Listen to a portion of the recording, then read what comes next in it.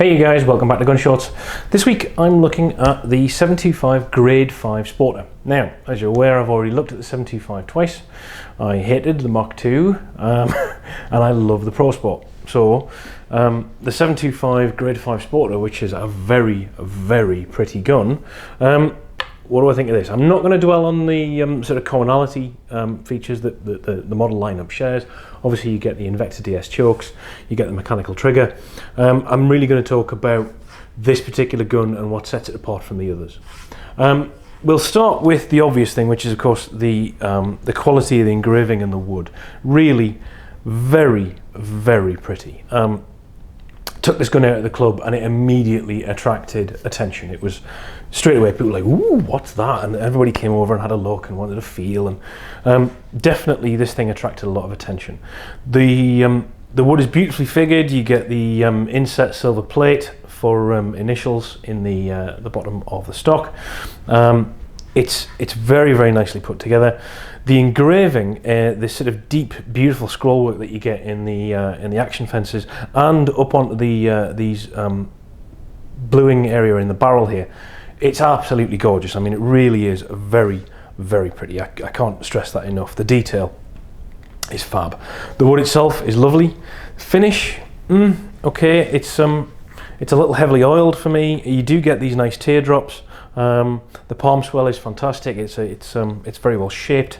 Again, the radius of the trigger guard is nice, and the stock itself dimensionally is lovely. It's not like the Mark II, which I found really lumping and sort of too big. This thing is svelte and sort of athletic. This tulip forend is nicely shaped. Do you know what? The checkering could be better. Maybe this gun is an outlier, but to me the borders on the checkering are a bit rough, if I'm honest, for a gun that's this good looking. I was quite surprised to find that the borders are not great. But you know, that's a minor thing. I think if you're spending this amount of money on a gun this pretty, I think you get an awful lot of gun for the money. My problem is the weight, and it might just be that simple. This is only 7.6 pounds, sorry, 7.6 ounces, and it's, for all that makes it, of course, empty, really, really light, very, very nimble, and you know, you can super sort of whiz it around the sky. And I think what would make it a fantastic game gun, I think it's an absolutely rubbish clay gun. I've missed more clays with this, I think, than any other gun that I've tested, aside from the 686. It just doesn't suit me. It's too light. I found the recoil impulse quite unpleasant. The gun is very, very mobile under recoil, so you get a lot of kind of movement up and down. And I just couldn't put it where I wanted it to be.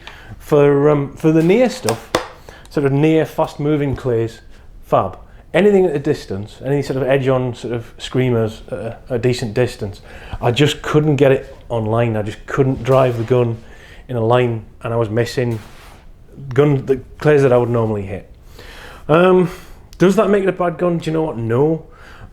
It's just not for me. I think as a game gun, and to be honest, I would love to have one of these as a game gun. I think it would be cracking. I think for driven stuff, it would be absolutely cracking. But as a sport or as a clay gun, it's just not for me.